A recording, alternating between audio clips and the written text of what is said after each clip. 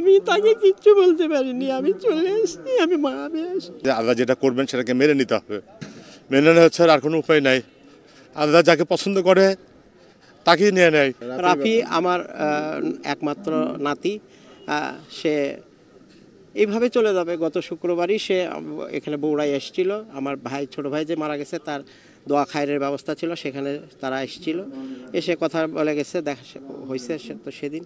কিন্তু এইভাবে চলে যাবে এটা তো মেনে নেওয়া খুব কঠিন, আমাদের জন্য খুব কঠিন। মা শোকাতুর, মা এখনও জানে না তার ছেলে চলে গেছে। সে এখন মেডিকেলের, বগুড়া মেডিকেলের, শহীদ জিয়াউর রহমান মেডিকেলের ৫ম তলায় ৫১১ নম্বর ক্যাবিনে তাকে ভর্তি করে রেখে আসলাম। আমাকে ধরে শুধু বলতেছে যে আমি তো ভালো আছি, আমার কাছে নয়, আমার ময়নার কাছে যাও, তুমি যে হাত বুলালেই আমার ময়না ভালো হয়ে যাবে, তুমি যাও তাড়াতাড়ি, আমার ময়নাকে আগে ঠিক করো। আমার ময়নার নখ দিয়ে অনেক রক্ত বেরোইছে, আমি মুছে দিছি আমার কাপড় দিয়ে, আর রক্ত বেরোচ্ছে কিনা তুমি যাও তাড়াতাড়ি ঠিক করে দাও ময়নাকে। আমি তাকে কিচ্ছু বলতে পারিনি, আমি চলে এসেছি, আমি আসি।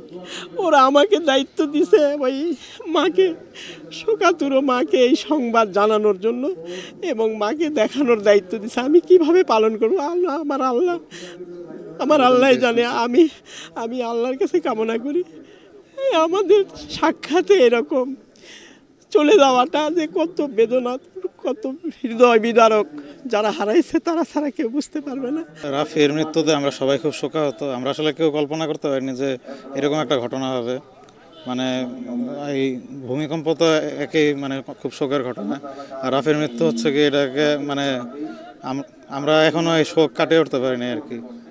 আর রাফির সাথে আমার খুব ভালো সম্পর্ক ছিল, তার সাথে আমি একসাথে অনেক ক্লাস করেছি, পরীক্ষা দিয়েছি, আর তার মুখ কখনো দেখতে পারবো না, এটা আমি মেনে নিতে পারছি না। আমরা দোয়া করি সে চলে গেছে, আল্লাহ ভালোবেসে নিছে, আল্লাহ তাকে বেহেশত নসিব করুক, আল্লাহ তার শোক সন্তপ্ত পরিবারকে আমি সান্ত্বনা জানাই। আমি তার মাকে ধৈর্য ধারণের আল্লাহ পাক তৌফিক দেখ, সবরে জামিল দান করুক আল্লাহ তাকে দ্রুত সুস্থ করে দিক, সেও খুব অসুস্থ। আগে পিছিয়ে আমাদের সবাইকে যেতে হবে, মৃত্যুর জন্য সবাইকে প্রস্তুতি থাকা উচিত। কারণটা হচ্ছে যে আসার সিরিয়াল আছে, যাওয়ার সিরিয়াল নেই।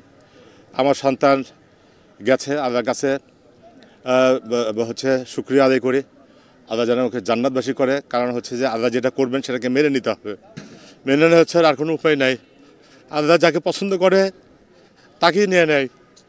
আমার ছেলে, আমি তো বলছি যে আমি পিতা হিসেবে সাক্ষ্য দিচ্ছি যে সে কোটি ছেলের মধ্যে একটি।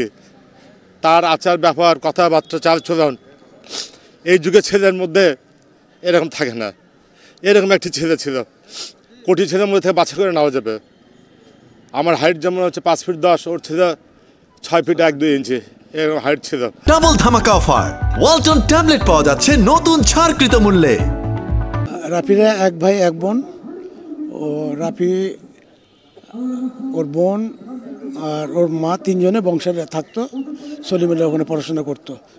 ঘটনার দিন মোষের মাংস খাবে, এই জন্য আম্মুকে নিয়ে সে গোস্ত কিনতে গেল, তারপরে এই দুর্ঘটনা।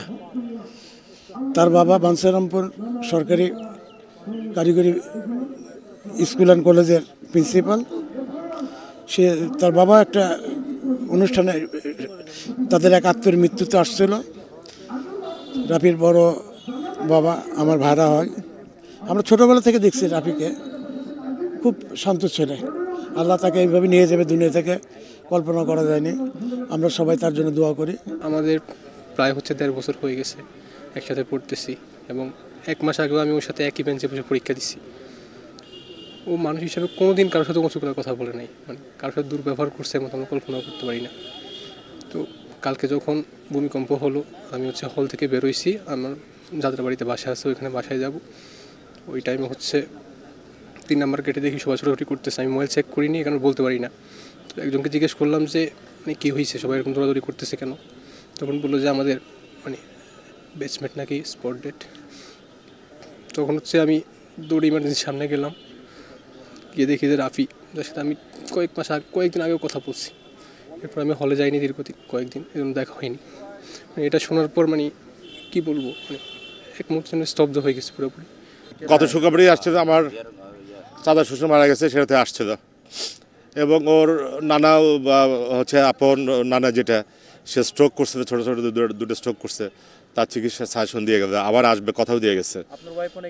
হ্যাঁ ভর্তি আছে, আমি সেখানেই যাচ্ছি আবার। আসলে রাফি আমার ভাগনা হয়, মানে এভাবে একজন মেরিটোরিয়াস ছাত্র আমাদের মাঝ থেকে চলে যাবে এত কম বয়সে, এটা প্রাকৃতিক নিয়মে চলে গেছে। কিন্তু তারপরেও যে সান্ত্বনা দেবার ভাষা তো নেই। তার মা এখনও হসপিটালে শয্যাশায়ী, জানি না কখন সে সুস্থ হবে, এখনও সে কিন্তু জানে না তার সন্তান চলে গেছে, এখন জানে না। আমরা দোয়া করছি যেন রাফি যেন আল্লাহ জান্নাতুল ফেরদৌস দান করেন তাকে, এবং তার মা যেন দ্রুত সুস্থ হয়ে ওঠেন। এইভাবে একই পরিবারে দুইজন প্রাকৃতিক দুর্যোগে যে নিহত এবং আহত হবে আমরা কল্পনাও করতে পারিনি। আজ আমরা বগুড়া সহ সমগ্র বগুড়াবাসী, সমগ্র বাংলাদেশ আজ শোকে স্তব্ধ।